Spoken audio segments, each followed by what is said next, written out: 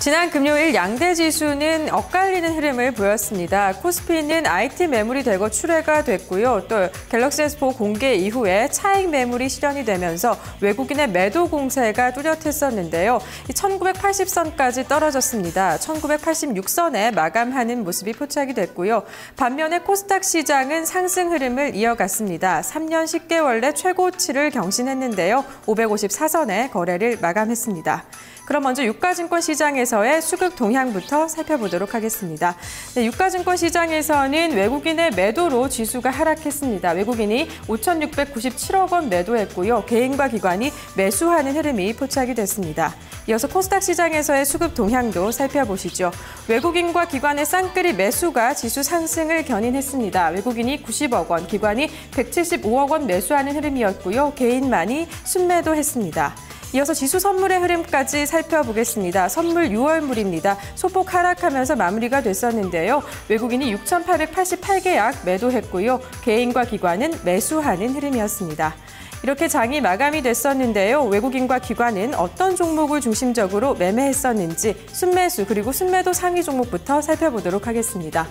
먼저 외국인의 순매수 상위 종목입니다. 1위는 현대차가 차지했습니다. 기관도 많이 샀던 종목인데요. 잠시 후 특징적으로 살펴보겠습니다. 2위는 SK하이닉스가 차지했고요. KTNG가 3위, 삼성 SDI와 SK텔레콤이 순위에 랭크가 됐는데요.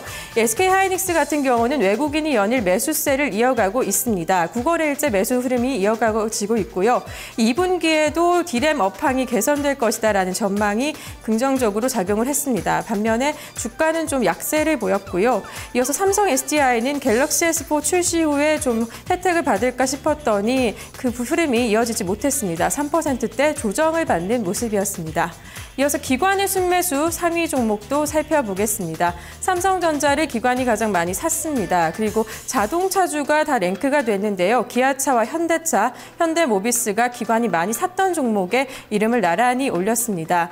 네, 지난 금요일에 자동차주가 이처럼 강세였습니다. 글로벌 환율 환경이 좀 개선이 될 것이다라는 전망이 나왔고요. 앞으로 또 수익성이 개선될 것이다라는 긍정적인 평가가 나오면서 2%대 나란히 상승하는 흐름을 볼 수 있었습니다. 이어서 외국인과 기관의 순매도 상위 종목도 살펴보시죠.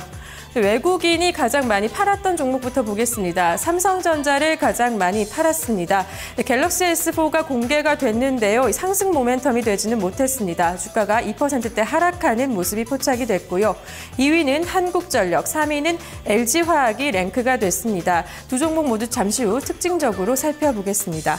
5위에는 삼성 엔지니어링이 이름을 올렸는데요.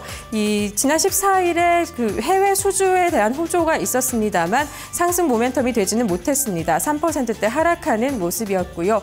이어서 기관의 순매도 종목도 보겠습니다. LG화학 그리고 KTNG, SK텔레콤과 제일모직이 이름을 올렸는데요.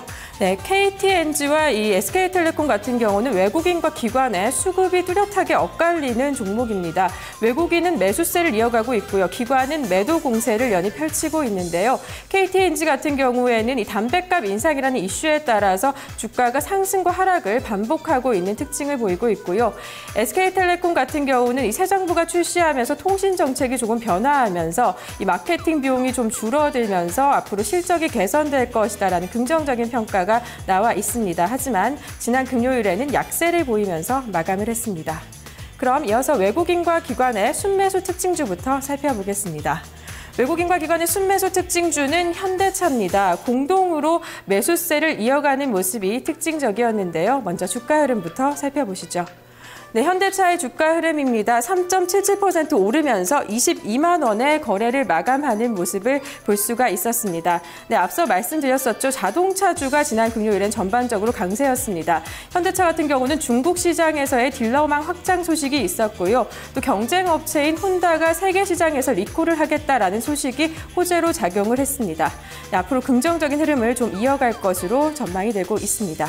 이어서 외국인과 기관의 순매도 특징주도 살펴보겠습니다. 순매도 특징주입니다. LG화학과 한국전력 두 종목을 좀 살펴볼 텐데요. 이 LG화학 같은 경우는 외국인과 기관이 동반으로 매도세를 이어갔습니다. 5거래일째 매도 흐름이 꾸준하게 이어지는 것이 특징적이었는데요. 먼저 주가 흐름부터 살펴보시죠. 네, LG화학의 일봉 차트입니다. 5거래일째 하락하면서 연일 약세를 보이고 있는데요. 지난 금요일에는 4,500원 내리면서 27만 3천 원에 거래를 마감하는 모습을 볼 수가 있었습니다. 네, 증권가에서는 석유화학 업종이 1분기에도 좀 부진한 업황을 보일 것이다라는 전망을 이어갔습니다. 앞으로 좀 약세장이 전망이 되고 있는데요. 특징적으로 살펴보면요. 영업이익 추정치를 기존보다 10%대 하향 조정하는 등의 좀 전망을 약화시키고 있는 모습이 특징적입니다. 또 중국에서의 춘절 이후에 수요가 좀 확대될 것이다라고 전망했었는데 예측이 빗나가면서 악재로 작용하고 있는 것으로 보입니다. 이어서 한국전력의 흐름도 살펴보도록 하겠습니다. 한국전력은 외국인의 순매도 3위를 차지했던 종목입니다. 주가 흐름부터 먼저 살펴보시면요. 지난 금요일에 6.33% 내리면서 31,100원에 거래를 마감하는 모습을 볼 수가 있었습니다. 6%대 급락한 것이 좀 특징적인데요. 관련 이슈를 살펴보면 14일에 실적 발표가 있었습니다. 실적 자세히 보겠습니다. 매출액이 49조 3,348억 원으로 14.4% 전년보다 증가했고요. 영업 손실도 2조 6,928억 원으로 전년보다 18.3% 감소하는 흐름이 포착이 됐습니다. 이렇게 조금 영업이익이 소폭 개선이 되긴 했었지만 적자를 계속 이어가고 있다는 모습이 좀 특징적이었고요. 이렇게 좀 부진한 흐름에도 불구하고 증권가의 전망보다는 좀 높았다라는 평가에서 호평을 받기도 했었는데요.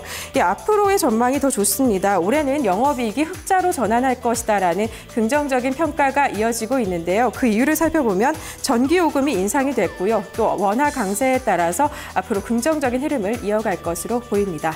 지금까지 지난 금요일 마감한 국내 시장의 수급 흐름 살펴봤습니다.